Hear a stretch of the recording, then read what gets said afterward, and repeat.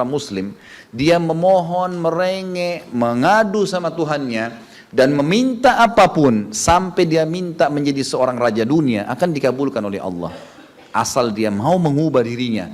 Lalu Allah akan bukakan kepadanya peluang-peluang untuk mencapai apa yang sedang dia minta itu. Dan Allah sebaliknya akan mencukupkan kebutuhan seorang hamba kalau dia mengatakan, cukuplah saya begini. Misal ada orang bekerja, dia dikasih sama Allah gaji, dia dapat gaji 2 juta, dimudahkan dia diterima kerja seterusnya. Lalu dia mengatakan, cukuplah seperti ini. Keluarga saya biayai 1,5 juta, sudah cukup, alhamdulillah. Udah, nggak masalah. Allah cukupkan dia dengan itu. Tapi kalau ada orang tamak dengan rahmat Allah, enggak, saya mau begini, saya mau begitu, saya mau berusaha, lalu merengek minta kepada Allah, Allah akan kasih, tapi prosesnya ada. Karena kita di dunia ada proses. Makanya Umar bin Abdul Aziz rahimahullah mengatakan, sungguh saya ini memiliki pribadi yang tumuh. Tumuh itu orang yang selalu antusias mendapatkan yang terbaik. Beliau waktu jadi masyarakat biasa, beliau minta kepada Allah agar menjadi gubernur Madinah. Dan beliau mengatakan, terus saya menggencot doa itu setiap malam sampai Allah kabulkan saya jadi gubernur Madinah. Gitu kan. Kemudian setelah itu saya memiliki antusias yang lebih besar untuk menjadi khalifah, dan terus saya berdoa sampai Allah nobatkan jadi khalifah. Padahal Umar bin Abdul Aziz tidak bisa jadi khalifah pada saat itu kalau sesuai dengan jalur keturunan. Semestinya ada orang lain, dia memang keturunan Bani Umayyah, tapi bukan dia semestinya pada saat itu menggantikan khalifah. Tapi subhanallah, sebelum meninggal khalifah sebelumnya, menulis surat bahwasanya yang datang setelah saya adalah Umar bin Abdul Aziz, padahal bukan dia. Makanya setelah Umar bin Abdul Aziz meninggal, kembali kepada keturunan raja yang pertama. Tapi Allah selipkan dia menjadi khalifah di situ. Dan dia mengatakan, saya mendapatkan semua apa yang saya inginkan dengan tumuh saya, dengan antusias saya yang besar, dan saya mohon kepada Tuhan saya sampai Allah kasih. Jadi Allah kasih, teman-teman sekalian. Tapi bagaimana kedekatan antum kepada Allah subhanahu wa ta'ala? Bagaimana kita merengeknya dengan Allah? Bagaimana kita memohonnya dengan Allah? Tidak ada yang mustahil. Coba terus minta sampai Allah kasih. Karena setiap seseorang hamba mengucapkan Rabbana atau Allahumma, atau kita mengatakan dalam maksudnya, ya Allah, wahai Tuhanku. Begitu kita mulai memohon, itu sudah ada garis startnya, ucapan kita. Ada garis finishnya. Tinggal antum sabar sampai garis finish enggak? Banyak orang berdoa baru pertengahan sudah berhenti dengan alasan Allah belum kasih. Allah mau lihat ini orang benar nggak, serius nggak. Sama rasionalnya gini, kalau kita kuliah, begitu kita sudah daftar kuliah, sudah ada kan prediksi kita 4 tahun tamat S1 kan? Oh iya, semester 1, semester 2, semester 3, sampai semester 8 misalnya. Ini yang saya tahu pada saat kami S1 di Madinah begitu ya.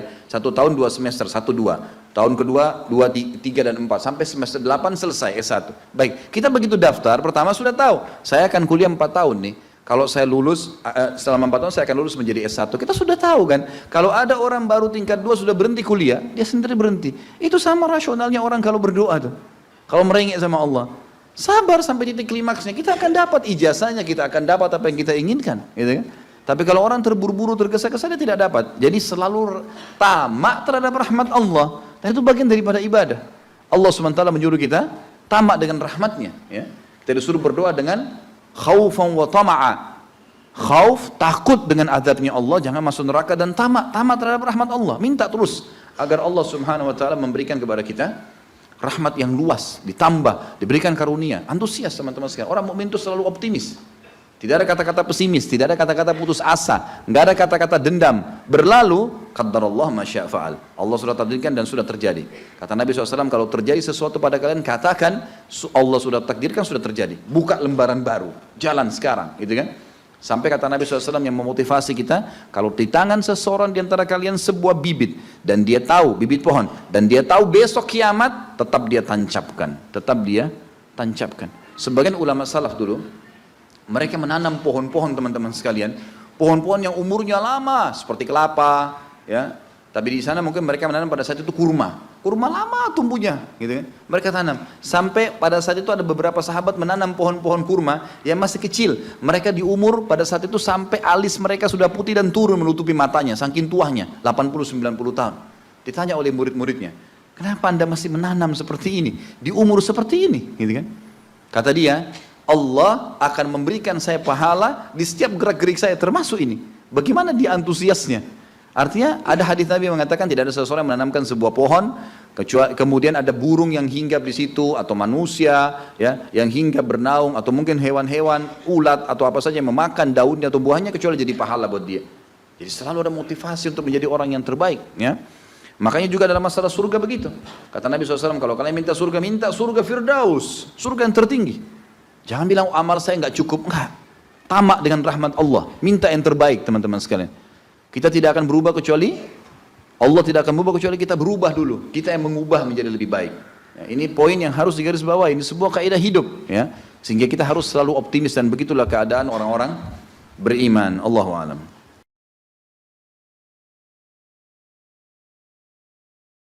Kita tidak akan berubah kecuali Allah tidak akan berubah kecuali kita berubah dulu. Kita yang mengubah menjadi lebih baik. Ya, ini poin yang harus digarisbawahi. Ini sebuah kaidah hidup, ya. Sehingga kita harus selalu optimis dan begitulah keadaan orang-orang beriman. Allahu a'lam.